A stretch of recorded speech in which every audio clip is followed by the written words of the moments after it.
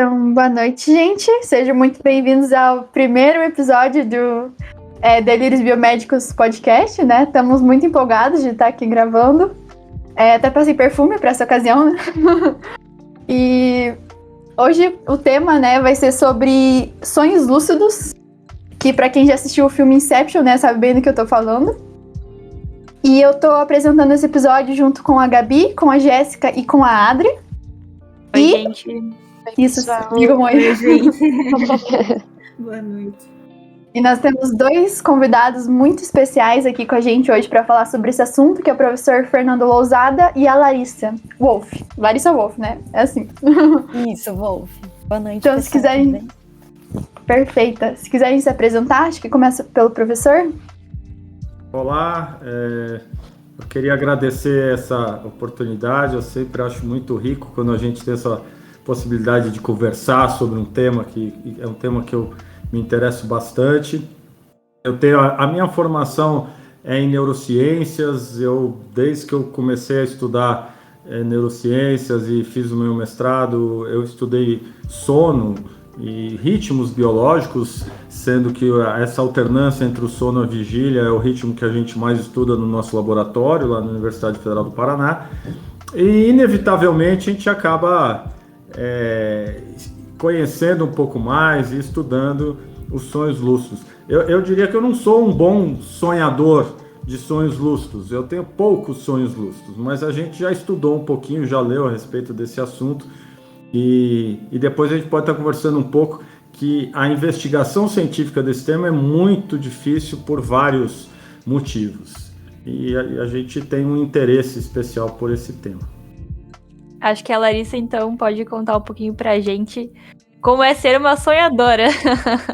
Eu também não sonho muito, não. Oi, pessoal. Então, boa noite. Primeiramente, quero agradecer ao pessoal do Delírios Biomédicos pelo convite. Primeiramente, eu sou médica veterinária, então eu trabalho... Agora eu finalizei meu mestrado recentemente, estou começando meu doutorado, e eu trabalho na área da saúde única, né, também com medicina veterinária legal. Então, esse é um assunto que está bem longe assim, da minha área de trabalho, mas é um assunto que eu gosto muito, estudo bastante e também é algo que eu pratico, então é algo que eu gosto muito de conversar sobre.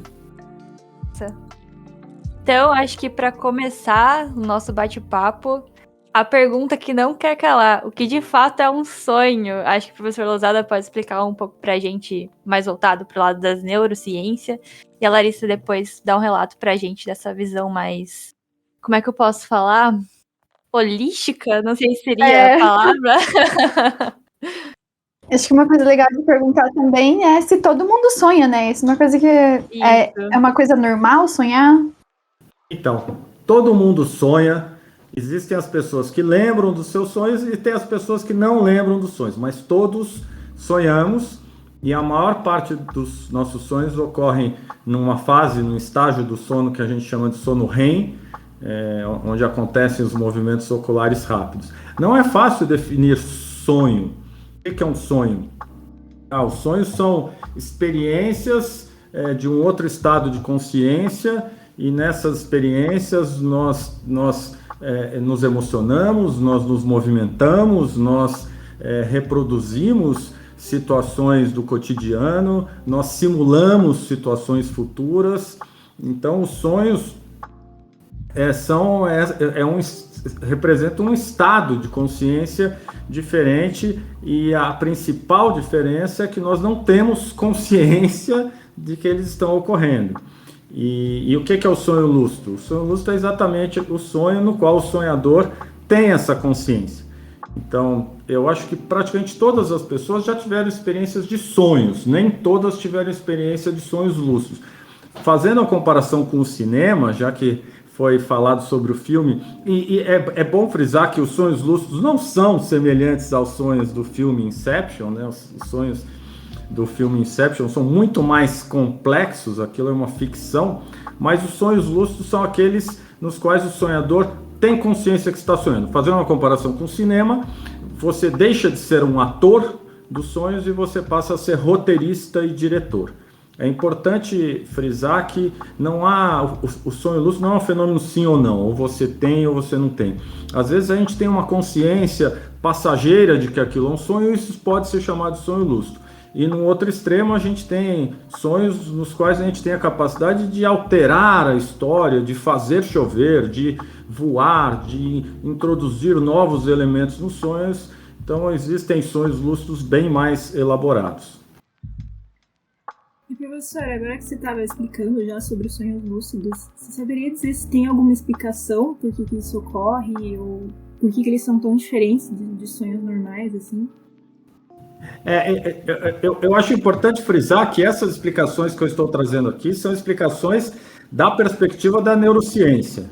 Eu tenho uma experiência recente, mas uma experiência de psicanálise, e na psicanálise a perspectiva dos sonhos é outra, e não estou tentando aqui comparar qual é mais certa, qual é mais errada, qual é mais correta, e na verdade, na perspectiva da neurociência, o que a gente sabe é que durante os sonhos não lúcidos, os sonhos que ocorrem no sono REM, a gente tem a parte anterior do nosso córtex, que é o córtex pré-frontal, que está desligada.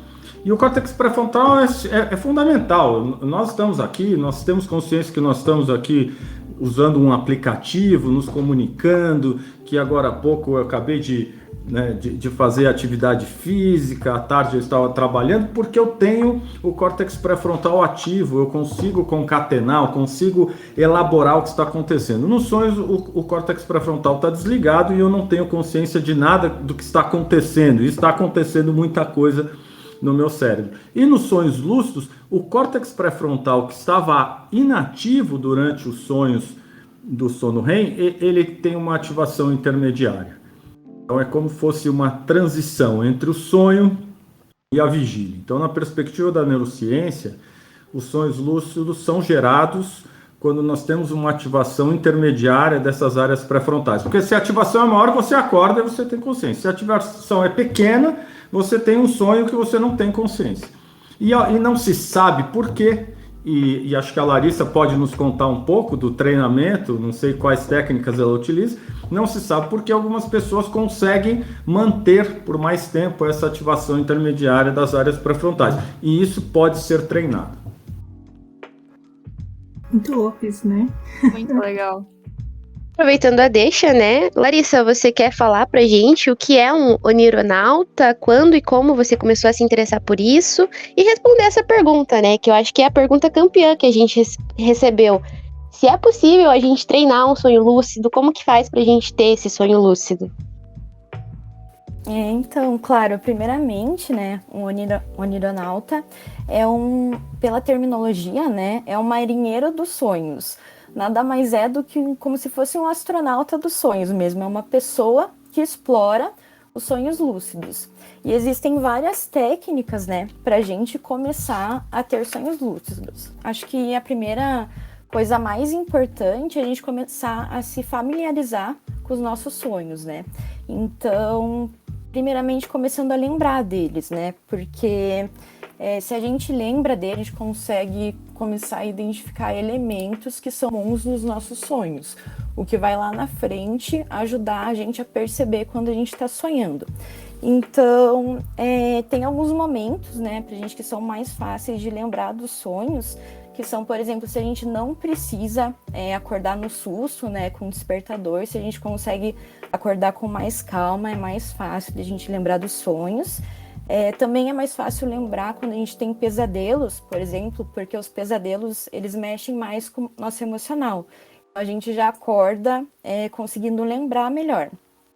E também uma coisa que funciona muito para mim é tentar lembrar da sensação do sonho, em vez de tentar lembrar das imagens. Se eu acordo, por exemplo, com um sentimento, eu consigo lembrar muito melhor as imagens, porque eu estava sentindo isso, né? Quando mexe com as emoções, a gente consegue trazer da memória muito mais fácil. E para lembrar também, uma coisa muito importante para a gente lembrar dos sonhos e começar a se familiarizar com eles é ter um diário dos sonhos. Então, algo que eu recomendo muito para todo mundo que quer começar é fazer um diário, né? em que você anote todos os dias o seu sonho quando você acorda. Então, você pode deixar do lado da cama, né, para você não precisar levantar, né, porque quando a gente acorda, nos primeiros 10 minutos de sonho, a gente já perde 90% da memória dos sonhos. Então, é bem importante a gente deixar esse diário e já anotar assim que acorda. E é muito interessante também tentar descobrir, né, através desse diário, você colocar palavras-chave no final dos sonhos. Através dessas palavras-chave você consegue descobrir quais são os principais elementos dos seus sonhos. Por exemplo, eu sonho muito com elevadores com comportamento esquisito, ou que eles estão subindo infinitamente ou caindo. Então, quando eu entro num sonho e eu sei que um elevador está com um comportamento estranho, eu já penso, opa, não tá certo, elevadores não agem assim. Então eu já identifico que eu tô sonhando. Mas isso do diário do sonho é muito interessante, porque você começa anotando, por exemplo, no primeiro dia uma frase ou duas, e no final você está anotando páginas. Eu já cheguei a anotar 9 páginas de sonho. Então, às vezes é meio complicado, porque você perde um grande tempo, né? Você perde bastante tempo nisso, mas é algo que vale a pena. Porque outra coisa muito importante é que os nossos sonhos, eles são uma porta para a gente ter um contato muito íntimo com o nosso subconsciente. E a partir disso também é muito interessante para a gente começar a se autoconhecer, né? Se autoanalisar. E caso vocês façam terapia, também é muito interessante você começar a levar os sonhos, né? Os elementos mais recorrentes, os pesadelos para terapia. Então é uma chave também muito importante para o autoconhecimento. Então, a primeira dica que eu dou, né, é essa do diário dos sonhos. E a partir disso também, além de descobrir, né, esses elementos e a partir disso tentar tomar consciência, tem algumas outras técnicas também. Vocês querem que eu comente sobre elas já? Pode ficar à vontade. Ah, então tá bom. Eu tô tomando notas aqui. É seu espaço aqui dentro. Eu queria tirar uma dúvida. Eu fiquei pensando, você comentou, né, de relacionar essa percepção da sua consciência com elevadores. Quando você nota que tem elevador, você meio que percebe que tá dentro de um sonho. Isso estaria relacionado à nossa memória, professor? Memória, não sei, curto, longo prazo? Você se condiciona a perceber que tá sonhando? Então, isso depende muito da perspectiva. Como a Larissa colocou, para a psicanálise baseada, por exemplo, nas ideias de Freud, de Lacan, os sonhos representam a principal porta, o principal acesso ao inconsciente. Então eu vejo que o meu analista adora quando eu levo sonhos, e realmente é uma experiência fantástica, né? Você interpretar os sonhos e se conhecer melhor para os sonhos. Então, para a psicanálise, os sonhos teriam esse papel, né? Esse papel de como o inconsciente estaria extravasando, né, os seus desejos, as suas angústias. E para a neurociência, e talvez a principal hipótese da neurociência foi construída por um autor que morreu recentemente, algumas semanas, o Alan Robson.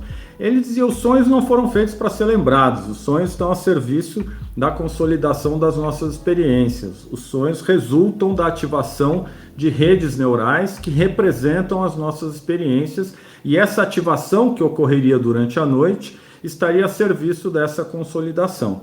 Então, aparentemente, são teorias conflitantes, mas quando a gente conhece um pouco mais, eu conheci primeiro a neurociência e depois a psicanálise, a gente vê que há muita coisa em comum, e realmente não dá para nós tentarmos, eu acho que é um pouco, imaturidade até científica, tentar ver qual é o mais certo, qual teoria é melhor, com qual teoria a gente vai trabalhar. Eu acho que as duas apresentam importantes, riquíssimos, né, riquíssimos aspectos do nosso funcionamento, né? Nós somos muito complexos, e para nós nos compreendermos é legal a gente ter essas diferentes perspectivas. Então, não dá para, assim, se a gente falar qual a origem dos sonhos, eu vou te responder: depende de qual perspectiva você está, a qual perspectiva você está se referindo, né? Mas, obviamente, depois que eu comecei a fazer psicanálise, conhecer um pouco mais, não dá para negar que tem, né, que a gente se conhece muito observando mais os sonhos, como a Larissa falou. E isso, eu procuro não criar um conflito, assim, porque a primeira coisa que me perguntam é: mas você é um neurocientista, como é que você faz psicanálise? Eu faço psicanálise porque eu mergulho na psicanálise e me conheço melhor. Não quero colocar em xeque as ideias da psicanálise, assim como não vou colocar em xeque as ideias da neurociência. São perspectivas muito distintas. É muito legal isso, né? E também acho que nem a Larissa comentou, que gera um autoconhecimento, assim, né? Da gente mesmo e tal. Acho que eu vou retomar a palavra para a Larissa, que ela queria comentar sobre as técnicas, né? Se quiser dar continuidade. Isso, eu só queria também fazer um comentário, né, que a Jéssica perguntou sobre a questão dos elevadores. É que, assim, para mim, essa questão do elevador é muito particular, porque foi um elemento que eu mesma identifiquei como recorrente nos meus sonhos e que era algo muito estranho, que não poderia acontecer no mundo real. E é a partir daí que eu consegui perceber que eu estava sonhando. Então, assim, é bem interessante você pegar alguns elementos recorrentes no seu sonho para você conseguir, né, alcançar a lucidez, alcançar esse entendimento. Ô Larissa, eu posso dar um outro exemplo, que é o meu exemplo? Claro, professor. É muito comum eu sonhar que eu estou dentro do avião, mas o avião não está voando, o avião está andando em avenidas, o avião está andando em estradas. Então, quando eu sonho assim, eu percebo, não, um avião não fica assim andando tanto tempo, e aí eu tenho consciência. Então, isso realmente, a Larissa pegou um aspecto bem interessante, importante, né? Se você começa a prestar atenção nos seus sonhos, isso pode servir como gancho para você ter a lucidez na hora do sonho. Sim, exatamente. Cada um tem o seu elemento em particular, né? Então, por isso que é tão importante você ter essa familiaridade com os seus sonhos, né? Então, dando procedência, eu vou falar um pouquinho de alguns métodos, gente. Mas, assim, o principal, né, para você ter um sonho lúcido é você ter a intenção, né? Então, antes de dormir, é muito importante você mentalizar, porque, assim, para você começar a treinar para ter sonhos lúcidos, você vai estar treinando o seu cérebro, né? Você vai estar condicionando ele a isso. Então, você tem que ter a intenção e falar para o seu subconsciente de alguma forma, ó, eu vou dormir e vou sonhar e vou me dar conta que eu tô sonhando. Então, ter essa intenção já é um grande passo. E além disso, a gente tem algumas técnicas, né? Eu trouxe aqui 3, mas existem várias outras. Cada pessoa tem uma técnica que se identifica mais, que funciona melhor. Então, não é receita de bolo, né? Cada um prefere uma, então eu trouxe aqui algumas. Tem a primeira, que é em inglês, né? É DILD, que é Dream Initiated Lucid Dream, que é nada mais do que o sonho lúcido iniciado pelo sonho. Então, é você descobrir que está sonhando dentro do sonho, né? Você ter essa consciência. E como, então, né, você pode descobrir que você está sonhando? Primeiramente, né, você tem que se perguntar isso, só que se perguntar num sonho, assim, pela primeira vez é difícil, né? Então, uma das técnicas que a gente tem é durante o dia, você se perguntar isso várias vezes, enquanto você está acordado. Você sabe que você está acordado, mas se você se perguntar isso muitas vezes durante o dia, vai chegar um momento, pode ser depois de dias, depois de semanas, que você vai se perguntar isso num sonho. Então, você pode responder isso. E como que você responde isso, né? Existem também algumas técnicas, né, que a gente chama de reality checks, que nada mais é do que fazer checar a realidade, né? Então, alguns exemplos que eu trouxe é, por exemplo, você olhar para os relógios, porque assim, nos sonhos, os relógios se comportam de formas diferentes. Então, se você olha para um relógio agora e você vê a hora, e depois você desvia o olho e olha para o relógio de novo, a hora muda. Então, é um indicativo que você está sonhando. Também você pode atravessar paredes, você pode tentar contar seus dedos, porque muitas vezes nos sonhos você tem mais ou menos dedos. Então, também é outra maneira de perceber isso. Também ver o seu reflexo no espelho. Nos sonhos, os reflexos ficam bem diferentes. Também muito parecido com a técnica do relógio, é você tentar ler uma frase 2 vezes, porque nos sonhos também as frases mudam bastante. Então, às vezes você lê algo, daí você lê de novo e já é outra coisa. É algo bem incrível, assim. Então, deixa eu te interromper um pouquinho. Claro. Uma das perguntas que a gente recebeu foi se é possível a gente ler num sonho. Eu fiquei bem curiosa também com isso. Você poderia falar um pouquinho sobre isso? Então, da minha experiência é possível sim, mas é muito difícil, porque pra mim acontece muito das coisas mudarem. Então eu leio uma coisa, daí já não é a mesma coisa, ou às vezes é algo muito estranho, assim, que não faz sentido nenhum, mas pela minha experiência é possível. Não sei o que o professor Lousada tem a dizer a respeito. Eu acho que depende um pouco do que a gente está chamando de leitura. Porque, sem dúvida, a gente pode estar, assim como a gente simula que está pulando, que está correndo, que está dirigindo, a gente pode estar, o cérebro pode estar simulando uma situação de leitura. Agora, o que é o texto que você está lendo? Porque você não está olhando para nada. Então, realmente, é possível, mas é toda uma situação gerada pelo nosso cérebro. Então, depende do que você chama de ler, né? Mas sim, é possível você sonhar que está lendo.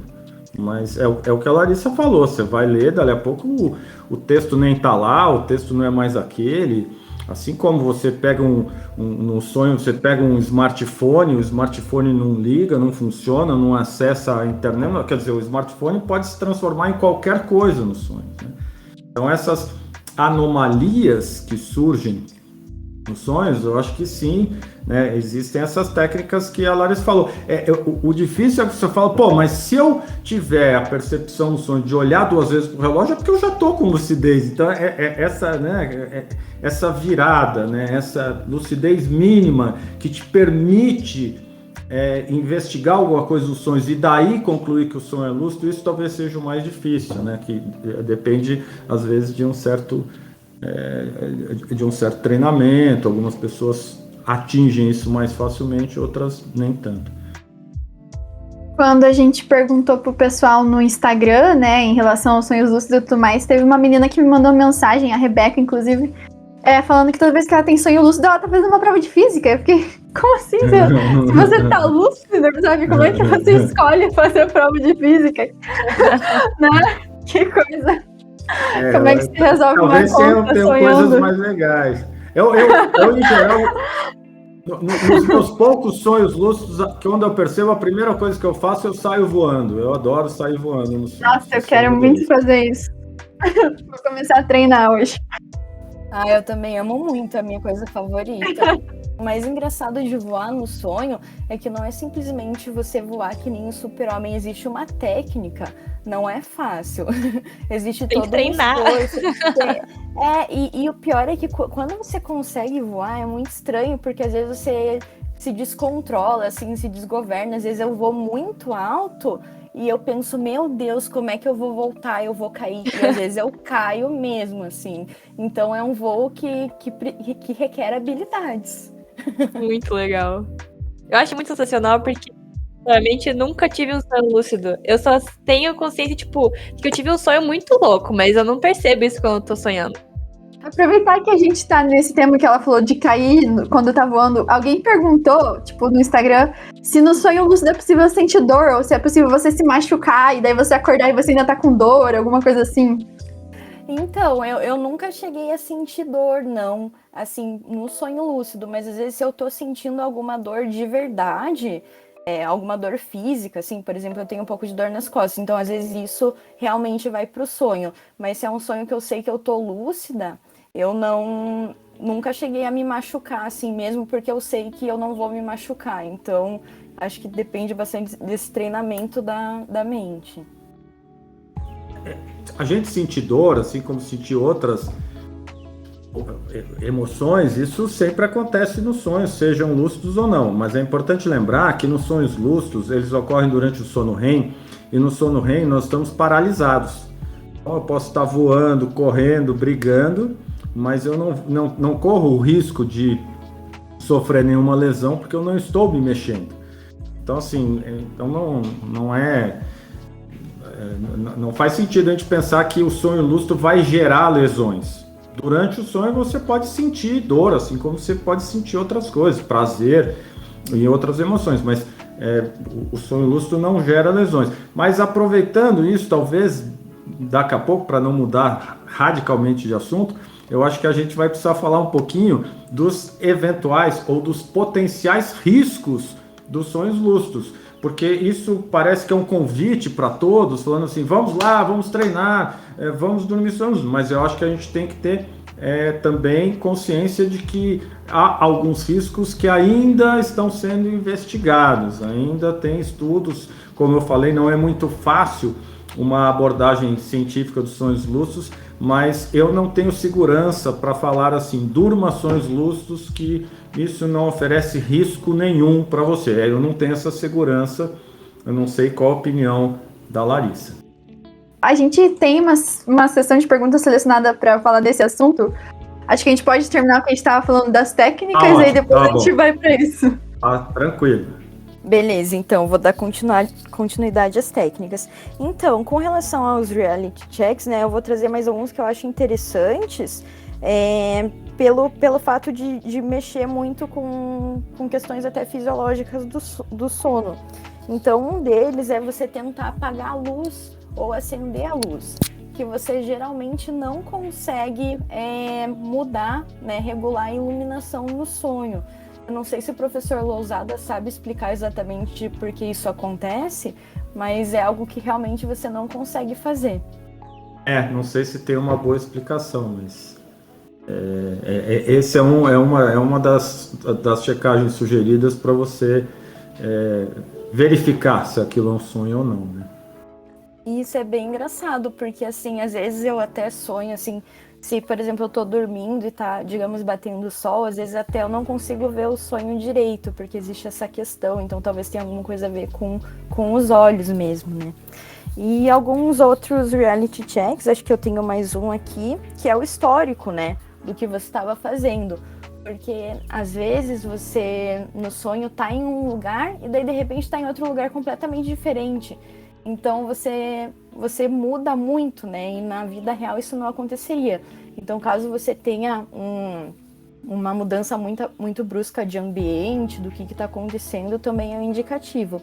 E todos esses reality checks, eles são muito importantes você fazer quando você está acordado.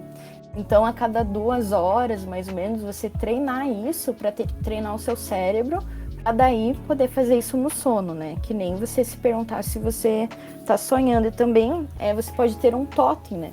Que pode ser uma pulseira, um objeto, que toda vez que você olha para aquele objeto na sua vida real, você se pergunta se você está sonhando. Então, para quem quer ter sonhos lúcidos, esses são reality checks bem interessantes. Também, né, tem aqueles sinais indicativos do sonho, que são muito pessoais, né? Como eu já falei, o meu elevador, mas cada um tem o seu. E também, outra coisa bem interessante é perceber situações muito absurdas. Por exemplo, às vezes se eu estou em alguma situação muito estranha no sonho, eu falo assim, nossa, mas isso não aconteceria na vida real. Uma vez eu lembro que eu estava sonhando que eu estava num ônibus, e era um pesadelo, né? E várias pessoas começaram a me chutar do nada, me chutar muito, assim. E daí eu falei, meu Deus, essa situação tá muito estranha, por que eles estão fazendo isso do nada? Isso não aconteceria. Então eu percebi que eu tava sonhando e daí eu pude manejar meu pesadelo, né? Então é bem interessante. Então, assim, para esses sonhos, né, essa técnica de descobrir que está sonhando no sonho mesmo, esses são os principais pontos chaves, né? Também a gente tem mais outras 2 técnicas, que é a Wake Up Back to Bed. Nada mais é do que você tá dormindo e você acordar, né, no meio da noite. Geralmente, é que o que acontece, né? Como o professor Lousada já falou, o estágio, né, do sono, que o sonho acontece, é o estágio REM, né? E o que acontece? A gente tem vários ciclos, né, durante a noite. A gente tem as fases NREM, que são as fases que não são, né, de sonho REM, e a fase REM. E o ciclo completo, ele demora cerca de 90 minutos. E uma pessoa normal, ela tem cerca de 4 a 5 ciclos por noite. E no começo, né, no primeiro ciclo, o sonho, o estágio REM, né, ele dura apenas de 5 a 10 minutos. E já no último ciclo, ali mais pela parte da manhã, ele dura 50 minutos. bem mais chance, né, bem mais tempo para você sonhar. Então, essa técnica consiste em você acordar no estágio final ali no último ciclo do sono. Você fica acordado por uns 20 minutos mais ou menos, que daí você consegue, né, ativar essa parte do seu cérebro que você fica consciente, e daí você volta a dormir e você cai direto no sonho REM. E daí você tem mais chance, se você mentalizar, né, que você quer ter um sonho lúcido, que você vai conseguir perceber que você está sonhando, é mais fácil de você já entrar no sonho lúcido. E a última técnica que eu trouxe aqui também é muito parecida com essa, que é a WILD, né? Que é Wake Initiated Lucid Dream. O que acontece? Você pula essa fase NREM, né? As fases NREM, que são as fases que ainda não existe o sonho. Então você entra do estado de vigília direto para o sonho lúcido, sem a perda de consciência. Então, geralmente, é muito importante você meditar. Essa é uma técnica um pouco mais difícil, né, para você ter esse controle, mas também é uma técnica possível e é bem interessante. Então, você já cai direto sem perder a consciência, né? Você já entra lúcido no sonho. Também é uma técnica bem interessante. Então, tem várias outras técnicas ainda, mas eu acho que as que eu acho mais... que eu consigo, né, fazer e que eu acho mais interessantes são essas. Eu queria fazer uma pergunta, mas eu acho que é uma questão minha, mais minha mesmo. Que essas técnicas, então, devem ser feitas com treinamento, né? Porque, sei lá, eu não conseguiria me imaginar tendo um sonho e lembrando dessas técnicas, sabe? Então, eu acho que eu ia ficar meio perdida, assim. Mas que nem você falou, então seria um treinamento, né? Que deveria ser feito. Isso. É você condicionar o seu cérebro, né? A tentar fazer isso. Então, é mais um treinamento mesmo. Então, mas é que tem algumas coisas que a Larissa falou que são para se fazer na vigília.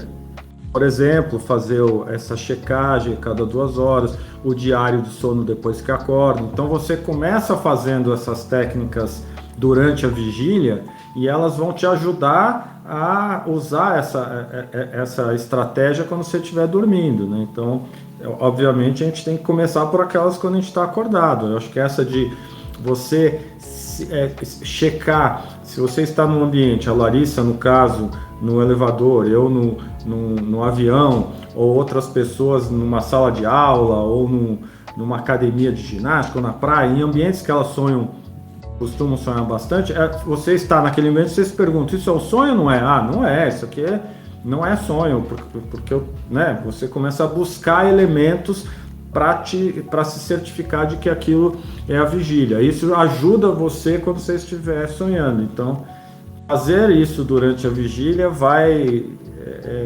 ajudar você a ter essa consciência durante os sonhos.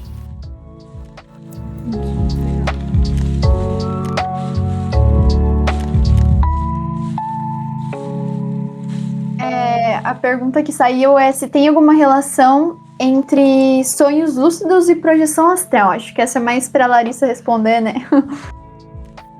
Então, são coisas diferentes. O sonho lúcido nada mais é do que você perceber que você está sonhando, né? Você ter essa consciência dentro do sonho. E já a projeção astral é um outro fenômeno, né? É a saída do corpo astral do seu corpo físico, né? Então, é essa sensação de escape mesmo do corpo físico. E você acessa, né? Tem experiências extracorpóreas e você acessa outras dimensões, né? Que no caso seria o plano espiritual. Eu já tive uma experiência de ter uma projeção astral a partir de sonho, dentro do sonho mesmo, mas não são a mesma coisa, são coisas diferentes e também a sensação é algo indescritível, assim, é muito diferente. Os sonhos lúcidos nada mais são do que você realmente ter a consciência de que você está sonhando, né? Algo bem mais simples. Doideira. Eu acho interessante. Eu queria só fazer uma provocação. Para você acreditar na possibilidade do fenômeno da projeção astral, você tem que admitir uma visão dualista.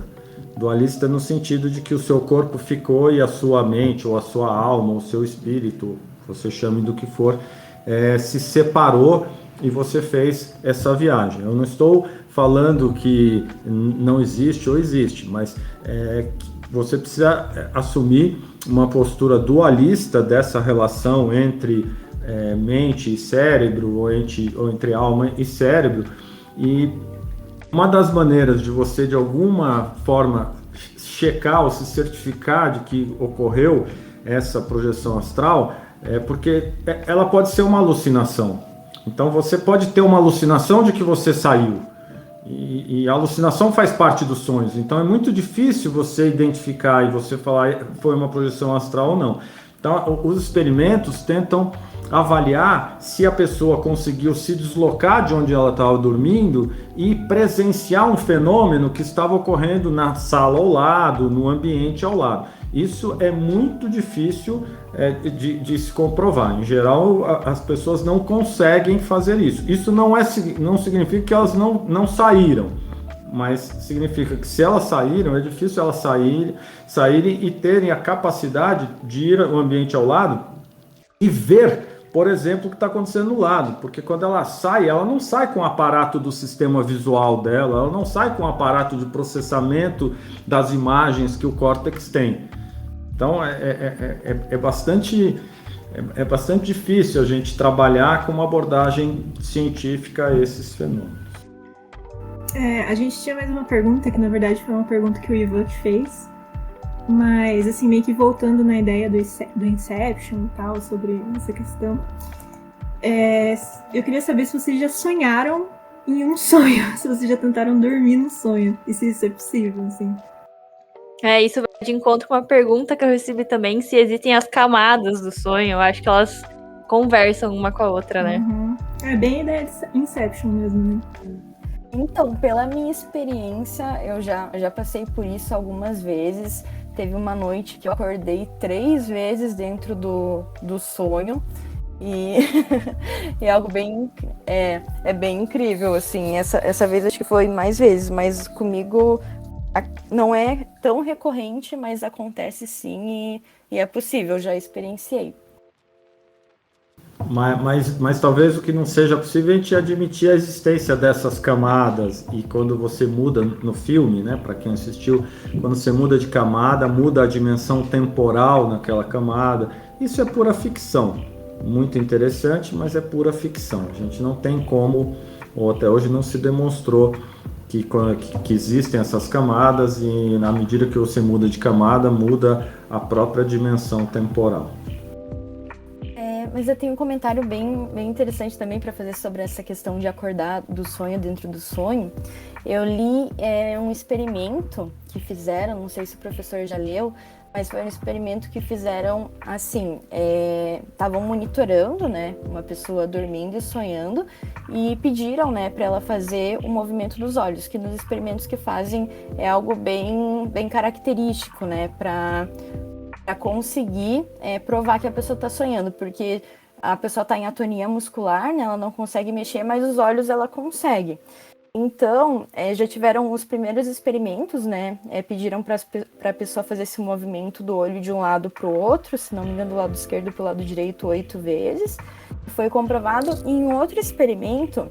O que aconteceu foi que pediram para a pessoa fazer isso e ela fez uma vez, comprovou que estava sonhando, e daí de repente depois de um tempo a pessoa fez de novo. E daí quando a pessoa acordou, né, o pesquisador perguntou: nossa, mas o que aconteceu? Por que você fez o movimento 2 vezes? E a pessoa falou assim: não, é que eu acordei, quer dizer, eu descobri, né, no sonho que eu estava lúcido, percebi que eu estava lúcido, e depois de um tempo eu acordei de novo no sonho e percebi que eu estava sonhando antes. Então a pessoa fez o movimento 2 vezes e daí demonstrou que ela estava sonhando dentro do sonho. Eu achei super interessante esse experimento também. Deixa eu aproveitar isso que a Larissa colocou, e realmente essa é uma dificuldade de uma abordagem científica dos sonhos lúcidos, porque eu poderia fazer uma provocação para a Larissa e falar: Larissa, eu não acredito, eu acho que você está mentindo, você não dorme em sonho lúcido. Ela vai falar que sim, eu vou falar que não, aí eu vou falar para ela: prova que você dorme em sonhos lúcidos. Aí eu vou levá-la para o laboratório, ela vai dormir, vai acordar e falar: olha, sonhei um monte de sonho lúcido, eu voei, eu fiz o Paraná Clube ser campeão da Série A, quer dizer, ela pode me contar um monte de histórias e eu posso continuar duvidando. Então essa técnica que a Larissa descreveu foi a técnica que um dos precursores do estudo dos sonhos lúcidos, o Laberge, fez. Ele falou, vocês vão me levar para o laboratório, pelos registros polissonográficos, vocês vão ver que eu estou em sono REM e eu vou executar esses movimentos. E aí foi assim que o Laberge começou a ser levado mais a sério. E esses experimentos, realizados há algumas décadas, ainda no século passado, é que permitiram a consolidação do estudo da abordagem científica dos sonhos lúcidos. E essa é a única maneira de você ter certeza que o sonhador sonhou sonhos lúcidos. Só para dar um exemplo da dificuldade disso, há alguns anos eu participei do trabalho de conclusão do doutorado do Sérgio Arturo Rolim, que hoje eu considero ele o maior entendido de sonhos lúcidos do Brasil. Ele foi orientado pelo Siddhartha Ribeiro, lá no Rio Grande do Norte. Eu participei da banca dele e ele, uma parte do trabalho dele, ele levou 20 e tantas pessoas que diziam dormir sonhos lúcidos para o laboratório. E dessas 20 e tantas pessoas, apenas uma conseguiu fazer os movimentos combinados. Então, é muito difícil você conseguir. Porque é isso, né? Você está sonhando, você fala, nossa, eu estou sonhando, peraí, eu lembrei que eu combinei com o pessoal ali que eu preciso mexer os olhos. Isso não é fácil de fazer. E por que mexer os olhos? Porque, como nós já dissemos, durante o sono REM, nós estamos paralisados, nós não temos como nos mexer. Senão seria fácil, né? Falar, aqui, estou dormindo, sonhos lúcidos, mexer os braços, mas não é possível fazer isso, por isso esses movimentos dos olhos são utilizados para comprovar que o sonhador está tendo um sonho lúcido. E os músculos oculares, eles não paralisam por causa da proximidade com os, não sei, com outros músculos importantes do rosto, alguma coisa assim? Olha, não me pergunte, que ninguém sabe por quê, explicar por quê. Os músculos respiratórios também não param, mas talvez aí você fala, é óbvio, né? Porque os animais que dormiram o REM e os músculos respiratórios pararam durante o REM não estão aqui para contar a história. Então é uma questão adaptativa. Agora, você pensar, será que seria possível a sobrevivência dormindo o REM sem mexer os olhos? Talvez fosse, mas a gente tem que pensar que o córtex humano, mais de 1/3 dele processa informações visuais. Então, esses movimentos oculares, eles estão associados ao processamento das informações visuais e, de alguma maneira, eles participam, então, do processamento das imagens. E nós somos uma espécie que dependemos muito de imagens. Então, talvez seja uma adaptação, mas a gente não sabe explicar por que só esses músculos, né, os músculos extraoculares, eles continuam se movimentando. Legal. Aproveitando o gancho aqui, eu acho que é interessante discutir um pouquinho. Tem uma pergunta muito interessante que o professor comentou agora da nossa atividade está muito ligada ao córtex, né, visual e tudo mais. Tem uma pergunta que é a seguinte: um deficiente visual pode ter um sonho lúcido? A experiência seria igual a de uma pessoa com visão total? Eu não sei se a Larissa conhece alguma pessoa cega que tem sonhos lúcidos, mas sem dúvida nenhuma. É claro que isso depende. Se a pessoa já nasce cega, sem ter experiência de percepção visual, os sonhos dela vão ser sonhos táteis, sonhos auditivos, são sonhos do universo sensorial dela. Se ela já teve experiências visuais e perdeu a visão ao longo da vida, com certeza ela continuará tendo sonhos visuais, mas independentemente disso, é plenamente possível a pessoa ter sonhos lúcidos dentro do universo sensorial dela. E você comentou também sobre essa questão que a gente só consegue ter a movimentação dos olhos, né? E mais ou menos indo de encontro a isso, a gente recebeu bastante pergunta falando se sonhos lúcidos têm alguma relação com a paralisia do sono. Você sabe dizer se tem alguma relação ou nada a ver? Então, o que é a paralisia do sono? A paralisia do sono é essa paralisia que a gente tem, em geral, quando a gente acorda, a gente continua paralisado. Em geral, quando a gente acaba um episódio de sono REM. Então, durante o sono REM, nós estamos paralisados. Essa paralisia ocorre porque os neurônios motores da medula estão bloqueados, né? O termo é, eles estão hiperpolarizados. E meu córtex acordou, eu recuperei a consciência e a minha medula não acordou ainda. É uma pequena desincronização que aconteceu. Faz parte da nossa vida, todas as pessoas podem ter episódios de paralisia do sono, mas ela pode ser mais frequente, por exemplo, num distúrbio do sono chamado narcolepsia.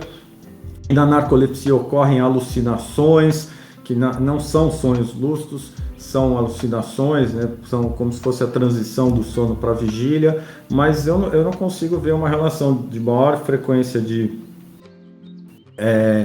da paralisia do sono com os sonhos lúcidos. Mas agora, pensando agora, eu não me lembro de ter lido nada sobre isso, talvez faça sentido, porque a paralisia do sono é uma perda de sincronização do organismo, né?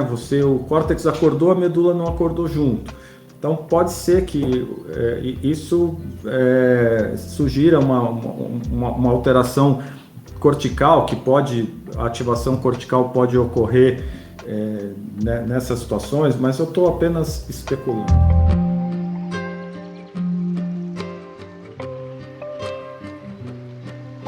Então agora acho que a gente pode falar um pouquinho se é saudável a gente ter um sonho lúcido, se isso atrapalha na nossa qualidade de sono. Não sei se o professor ou a Larissa querem começar falando, mas fiquem à vontade.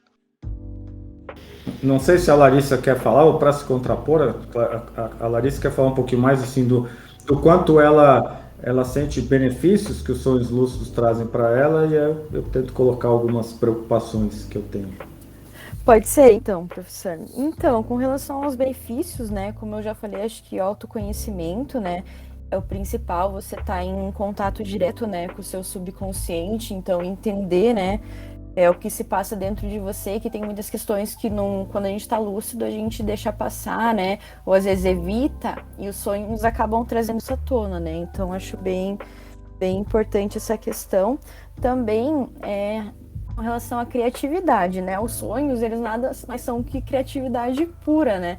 Às vezes você tem um sonho tão louco que você pensa, meu Deus, como é que eu pensei nisso, né?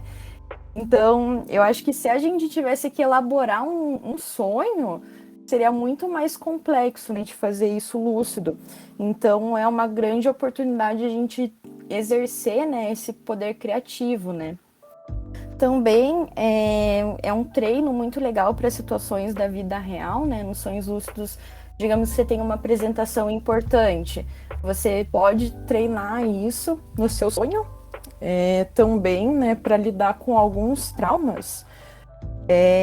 Você pode digamos, pesadelos, né? Questões que você tem muito medo, e também pode servir muito de estresse para situações de estresse. Situações de estresse pós-traumático, para as pessoas tentarem, né, lidar com isso, né, nos sonhos lúcidos, porque caso você tenha um pesadelo, no sonho lúcido é muito mais tranquilo, né, quando você sabe que aquilo não vai te fazer mal, você encarar aquela situação. Então, essa também é uma questão interessante, e também questões de cura, né, tanto física, de doenças psicossomáticas, que nada são mais do que doenças que têm essa origem, né, emocional, e também algumas questões de saúde física. Tem algumas doenças que às vezes a gente não tem consciência, né, de que elas estão acontecendo no nosso corpo, e por algum fator isso traz nos sonhos. Eu tenho um exemplo, né, particular meu, e às vezes eu sonho que eu tô menstruando, e realmente quando eu acordo eu estou menstruada.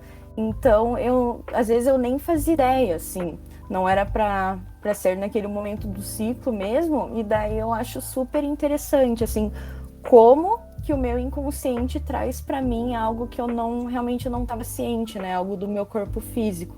Não sei se o professor Lousada sabe dizer como que isso funciona. Tem coisas que a gente não explica, não consegue explicar. Mas eu acho que essas colocações que a Larissa fez são muito interessantes, mas parte desse potencial, dessas potenciais aplicações dos sonhos lúcidos ainda não estão consolidadas, quer dizer, principalmente pela dificuldade de se estudar sonhos lúcidos e, a partir daí, fazer um estudo controlado, duplo cego, assim por diante, para verificar até que ponto os sonhos lúcidos podem trazer uma ajuda, né? Eu acho legal lembrar, quando perguntaram para o Laberge, bom, mas e para que serve? O Laberge ganhou dinheiro ensinando as pessoas, os milionários lá da Califórnia, a dormir sonhos lúcidos, e falava para que serve? Ele brincou, para você ter prazer, para você fazer coisas que você não faria. Mas ele já sinalizava que isso poderia ser importante em abordagens, em intervenções psicológicas. Por exemplo, você tem uma dificuldade de lidar com alguma situação acordado e você começa a lidar sabendo que você está sonhando, como a Larissa falou, você começa a lidar melhor. Mas esses estudos não avançaram muito por essas dificuldades. Então, eu acho que não existe ainda um conhecimento científico consolidado que nos permita indicar os sonhos lúcidos nas intervenções ou em terapias relacionadas, seja a transtornos psiquiátricos, seja a outros transtornos, né? E eu acho que parte desse autoconhecimento e mesmo da criatividade, a importância dos sonhos para a criatividade, os sonhos nos trazem. Talvez não seja necessário dormir os sonhos lúcidos. Então, os sonhos são momentos extremamente criativos. Se a gente desenvolve técnicas para lembrar mais dos nossos sonhos, essa técnica de anotar os sonhos, de prestar mais atenção, isso já pode nos trazer benefícios que a criatividade não só para usar na arte, para usar em criações, mas para soluções de problemas do cotidiano. Então, os sonhos realmente eles podem nos trazer esses benefícios. Agora, falando de criatividade, é interessante, eu falei do córtex pré-frontal. Por que nós somos tão criativos nos sonhos? Porque o pré-frontal, essa área anterior do nosso cérebro, está desligada. E pré-frontal significa censura também, significa uma modulação, significa ele está sempre sinalizando, não, isso eu não posso fazer, assim não, quer dizer, é ele que incorpora a chamada cognição social, a capacidade que a gente tem de se comportar socialmente. Isso vai trazendo freios, vai fazendo com que nós fiquemos mais amarrados durante a vigília. E nos sonhos ele desliga, então tudo pode acontecer, tudo é normal, tudo é aceito.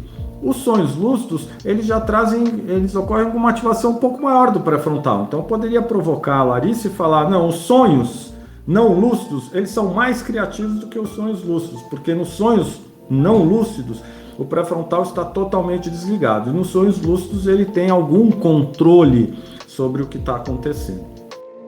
Mas então eu vou emendar e falar de algumas preocupações. E a maioria delas ainda não existe uma resposta na literatura científica. Se dormir sonhos lúcidos significa ativar um pouco o pré-frontal, a primeira questão mais óbvia que surge é, mas então esse sono é menos restaurador? Quer dizer, o que vai acontecer se você passar a maior parte do sono REM? A gente tem que dormir 80, 90 minutos na soma, né? A Larissa falou, no início da noite os episódios são mais curtos, depois eles são mais longos.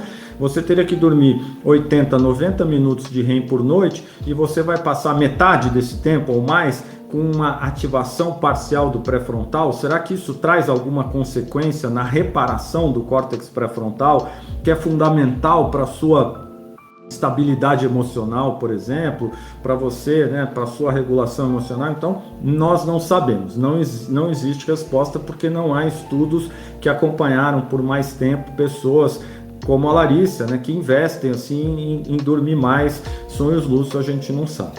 A outra questão é relacionada a transtornos psiquiátricos. Quando surgiu a possibilidade de desenvolver e técnicas que nos permitem dormir mais sonhos lúcidos, há alguns anos, não muito, faz 15 anos talvez, surgiu a ideia de se aplicar isso em pacientes psiquiátricos, porque surtos psicóticos que ocorre nos esquizofrênicos e em outros transtornos psiquiátricos, a ativação cerebral é muito semelhante aos sonhos, a ponto de alguns autores falarem que os sonhos, ou o surto psicótico, nada mais é do que um sonho que está ocorrendo na hora errada na vigília. Então, a atividade cerebral é muito parecida. No surto psicótico ocorrem delírios, ocorrem alucinações, podem ocorrer pensamentos bizarros. Essas são características dos sonhos. Então esses autores, o Laberge inclusive, eles pensaram o seguinte: será que se nós desenvolvermos a capacidade desses pacientes psiquiátricos de sonhar em sonhos lúcidos, nós vamos aumentar a atividade pré-frontal deles durante a noite, durante os sonhos? Será que aumentar a atividade pré-frontal durante o dia pode reduzir os surtos, reduzir os delírios, reduzir as alucinações, porque vai torná-los mais conscientes, assim como isso os torna mais conscientes durante os sonhos? E os resultados não foram muito bons. Os poucos experimentos que foram realizados geraram algumas consequências indesejáveis, agravaram o quadro de alguns pacientes, trouxeram alguns benefícios.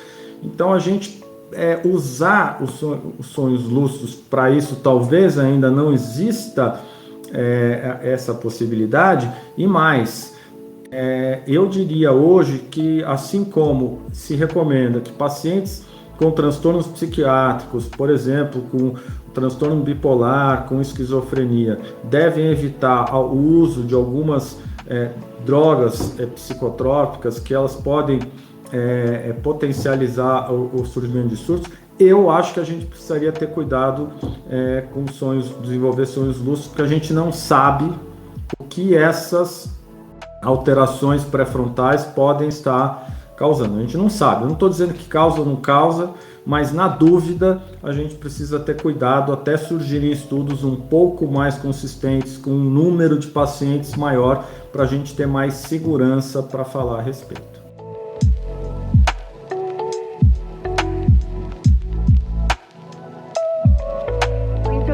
Muito legal todas essas informações. Eu acho que a gente não tem mais nenhuma pergunta para fazer aqui. Eu não sei se o professor ou a Larissa gostariam de acrescentar alguma coisa que não foi abordada ainda. Tem tanta coisa, né, para falar. Algumas curiosidades, por exemplo. Eu acho... tem uma coisa também que o professor estava falando, né, que talvez os sonhos não lúcidos sejam até mais criativos do que os sonhos lúcidos, e eu concordo, porque um dia eu tive uma experiência bem engraçada. Eu percebi, né, que eu estava tendo um sonho lúcido, e eu falei, nossa, legal, vou visitar outro planeta, né, eu nunca fiz isso. E eu me teletransportei, e daí o que aconteceu? Eu cheguei como se fosse, assim, na Matrix dos meus sonhos, assim, eu cheguei num lugar que era tipo um lugar preto, assim, quadriculado, como se fosse, assim, um lugar que fazem para montar jogos, assim, e eu pensei assim, mas eu não conheço outro planeta, como que eu vou imaginar isso? E assim, eu não sei exatamente o que aconteceu ali, mas eu acho que de certa forma eu meio que bloqueei, né, essa minha criatividade por saber que eu estava consciente demais. Então, em partes eu concordo mesmo, que talvez possa existir um bloqueio nos sonhos lúcidos, mas assim, com relação a outras coisas assim que são conhecidas, por exemplo, voar, levitar, eu gosto muito, uma coisa bem interessante que eu acho nos sonhos, que eu adoro, sentar em posição meditativa e levitar. Eu acho o máximo. Então, Meu Deus, que incrível. Sim.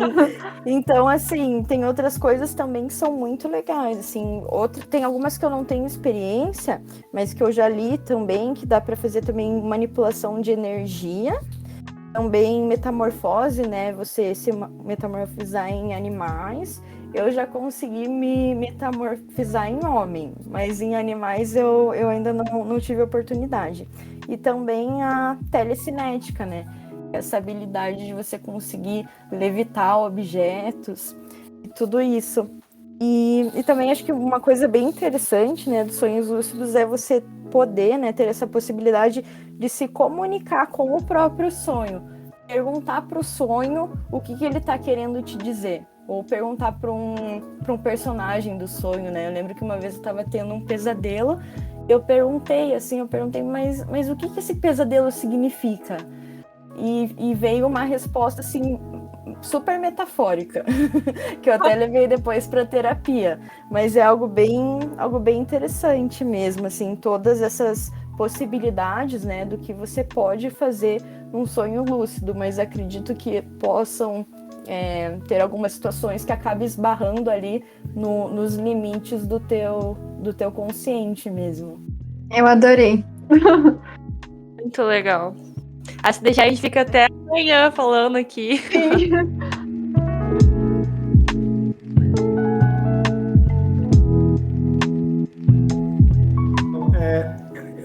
Eu acho que é fascinante a gente mergulhar nesse universo, porque existem várias interpretações, né? É legal a gente pensar que o cérebro, ele é um criador de sentidos, ele está sempre tentando dar sentido ao que a gente faz, mesmo quando a gente faz algumas coisas absurdas, acordado, o cérebro tenta justificar, tenta dar sentido. E talvez o sonho seja o maior desafio para o cérebro, porque o cérebro, quando a gente acorda, a gente tenta encontrar sentido em coisas que talvez não façam muito sentido. O psicanalista tenta fazer isso. O psicanalista fala, olha, isso está vindo do seu inconsciente, vamos tentar entender o que o seu inconsciente está querendo dizer para você. E é legal pensar que algumas pessoas acreditam, se aparece uma pessoa, o meu pai faleceu faz 30 anos já, e às vezes eu ainda sonho com meu pai. Foi o meu cérebro que criou isso, não sei se foi meu inconsciente, não sei o que o meu inconsciente estava querendo dizer, mas tem pessoas que acreditam que foi a pessoa que veio te ver. Tem pessoas que, ao sonhar com pessoas mortas, acham que as pessoas que vieram visitar o teu sonho. Isso é difícil para uma perspectiva da neurociência e da própria psicanálise, porque não. Tudo que aparece no seu sonho foi o seu cérebro que inventou. Seja por manifestação do inconsciente, seja para uma outra explicação. Então, quando você sonha com outras pessoas, não é que as pessoas apareceram nos seus sonhos. Você inventou e colocou essas pessoas no seu sonho por algum motivo, ou não, foi aleatório. Essa é uma outra discussão. Para a psicanálise, não existe aleatoriedade. Se apareceu lá é porque faz sentido. Então, às vezes eu conto um sonho para o meu psicanalista e falo, não, eu estava num carro, quem estava dirigindo? Ah, não sei quem. Não, isso é importante, quem você colocou dirigindo o carro, vamos ver, vamos entender. Eu tenho uma observação para fazer sobre isso. Meu pai também faleceu recentemente e eu acabo sonhando muito com ele, com coisas que ele fazia, sabe? Eu até estava comentando com o pessoal que eu, às vezes, não sei se isso é um sonho lúcido, o que acontece, mas isso ocorre muito, eu sonhar com coisas que ele realmente fazia, e eu vejo meu pai ali fazendo o que ele fazia normalmente, sabe? Só, enfim, uma observação. Você poderia pensar, meu pai está aparecendo no meu sonho, mas, na verdade, para a neurociência, para a psicanálise, foi o seu cérebro que trouxe, por algum motivo, o seu pai, claro, nas suas memórias, nas suas experiências que você teve com ele. Então, essas interpretações acabam enriquecendo assim, essa possibilidade de compreensão, né? Eu acho que eu teria muita coisa a falar, mas eu vou trazer recomendação de leitura, já que nós imagino que as pessoas que estejam nos ouvindo tenham interesse por esse assunto.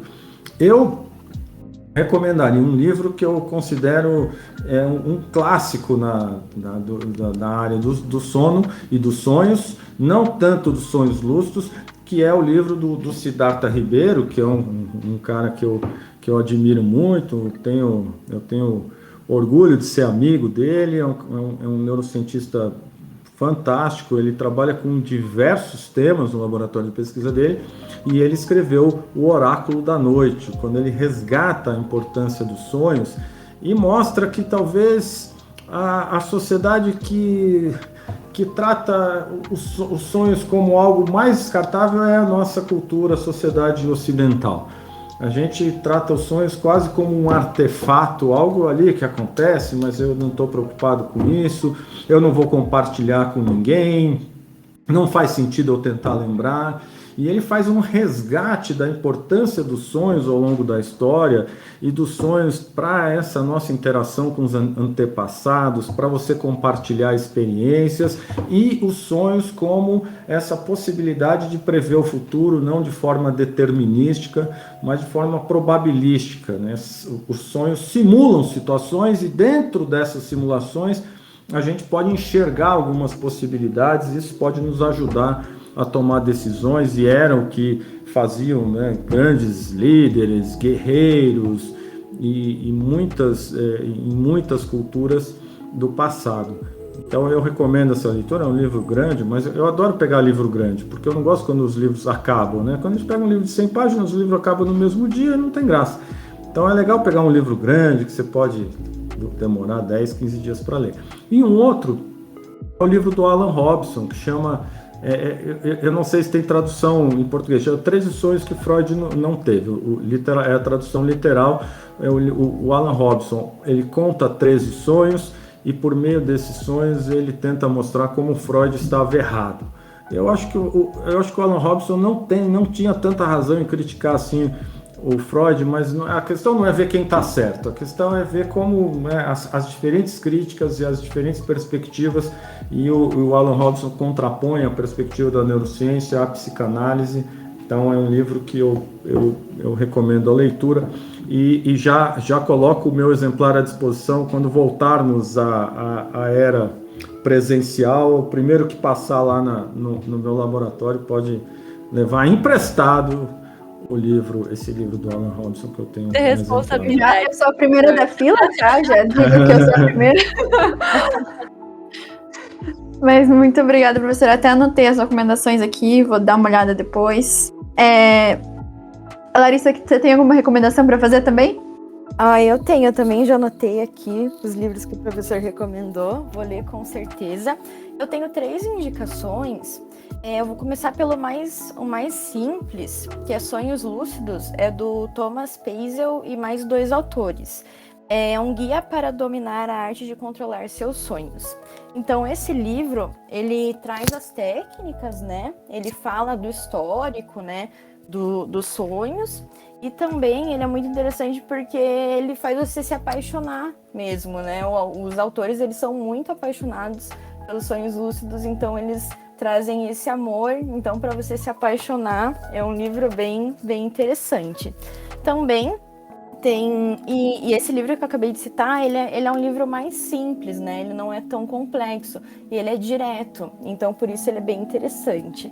Agora, esse segundo que eu vou falar é um livro mais complexo, ele é em inglês, que é Lucid Dreaming, Gateway to the Inner Self, ele é do Robert Waggoner, e ele é um livro bem, bem maior, assim, mais denso, tem 300 páginas em inglês, e a leitura do inglês dele é complexa, mas ele é muito interessante porque ele traz, além da abordagem científica, né? A primeira parte dele é mais científica, mas na parte 2 ele traz essa parte mais esotérica. Então ele fala de telepatia, fala de sonhos pré-cognitivos, né? Que são esses sonhos que preveem, né? Prevêem eventos futuros. Então também fala de sonhos lúcidos mutuais, né? Para você sonhar com outra pessoa, e é bem interessante. Só que é um pouquinho mais denso, mas vale a pena a leitura. E o último livro é do Alan Wallace, que é o Despertar no Sonho, que é um livro sobre sonhos lúcidos e yoga tibetana para insights e a transformação. Então ele é um livro que aborda os sonhos lúcidos do ponto de vista do budismo tibetano. Então eu, como sou apaixonada, né, pelo budismo, também estudo e gosto muito. Quando eu vi que tinha essa relação, né, que eles juntaram tantos sonhos lúcidos com o budismo, eu me apaixonei. Então ele é bem interessante porque ele traz um ponto de vista mais da meditação mesmo, né? Você desenvolver técnicas meditativas e praticar o mindfulness, né? A atenção plena. Porque você praticando essa atenção plena, né? Quando você tá acordado, né? Meditando, né? Na sua vida desperta, é muito mais fácil você ter a lucidez no sonho, porque o que acontece é muito difícil às vezes a gente ter a lucidez, porque a gente está muito entretido no sonho, né? São muitos eventos, muita coisa acontecendo e a gente simplesmente não para, a gente não está presente. Então, se você está presente na realidade, as chances de você conseguir estar presente, parar um pouco no sonho para tentar entender o que está acontecendo são muito maiores. Então, são esses 3 livros que eu recomendo, são muito bons. Nossa, queria que o William estivesse aqui nesse momento. O William é o vegano budista do grupo, vocês iam virar melhores amigos. Ele gosta muito disso também. Ai, que legal, quem sabe... Enquanto ela tava dando a indicação, eu fiquei aqui perguntando se não era esse livro que o William falou que tinha lido em casa. Talvez. A gente tava conversando sobre o episódio, ele falou, nossa, eu tenho até um livro sobre isso em casa, não sei o quê.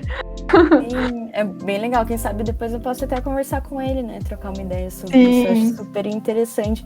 E só aproveitando, né, a indicação do professor, né, desses 13 sonhos que Freud não teve, eu queria fazer uma pergunta pro professor, porque assim, o Jung, né, ele fala que nós sonhamos no inconsciente coletivo, né, eu queria saber se o professor sabe um pouco dessas ideias dele, como funciona, porque é algo que eu também acho muito interessante.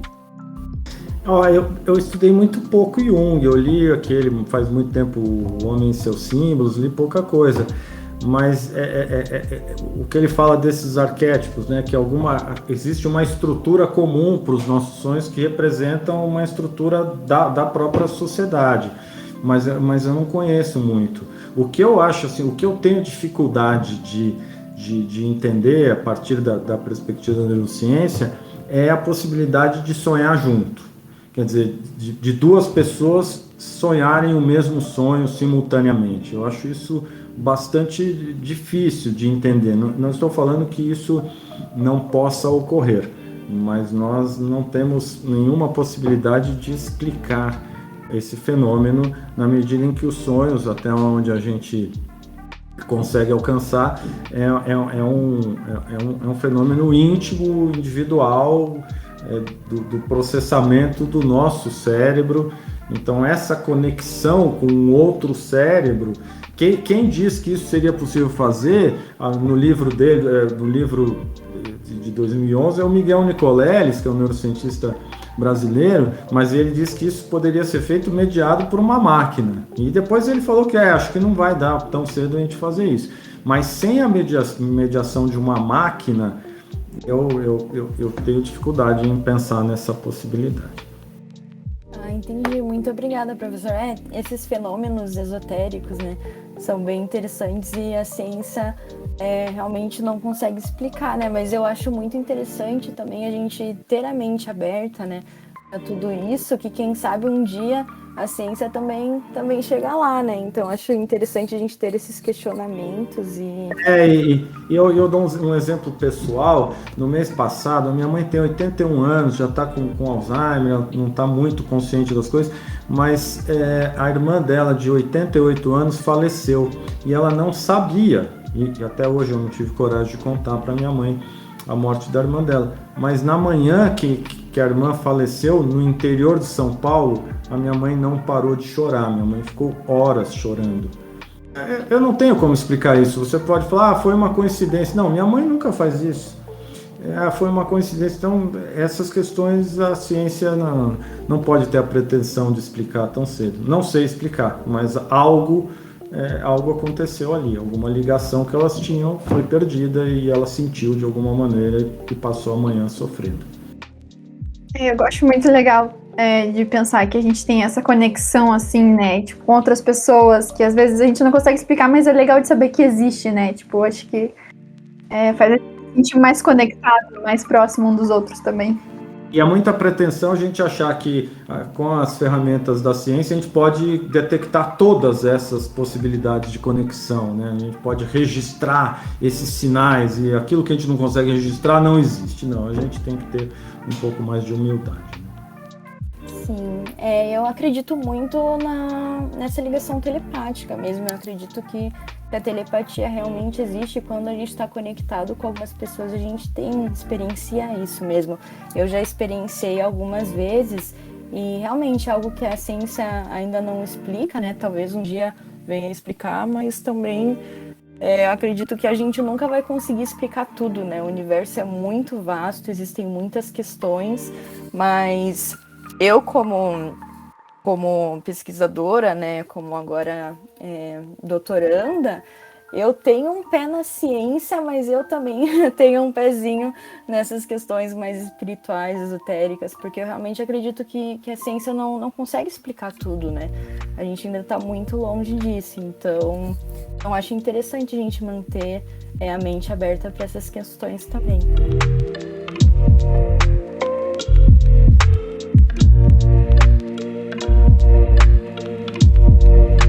Bom, eu só tenho a agradecer a vocês pela oportunidade, a possibilidade de pensar mais sobre esse tema, viu?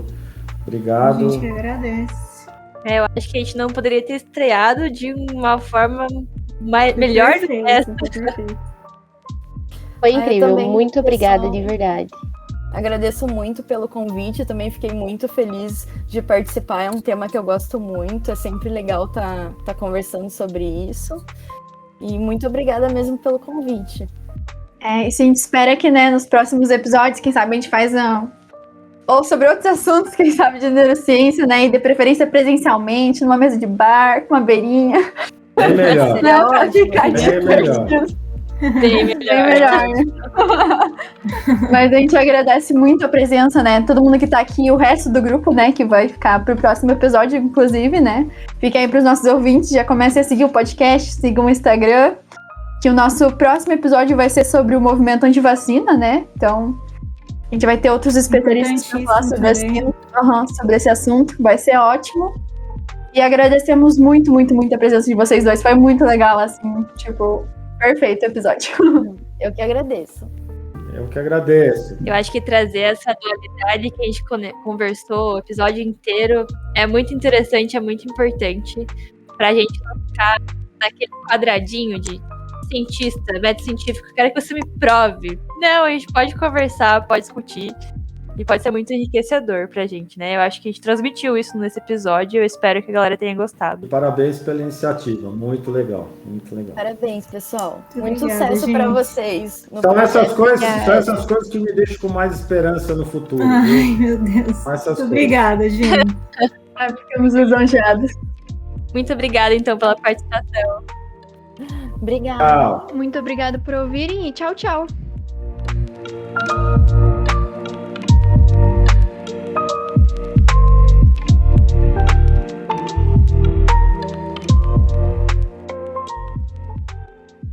Né? Ninguém quer ouvir essa galera falando por mais de 40 minutos.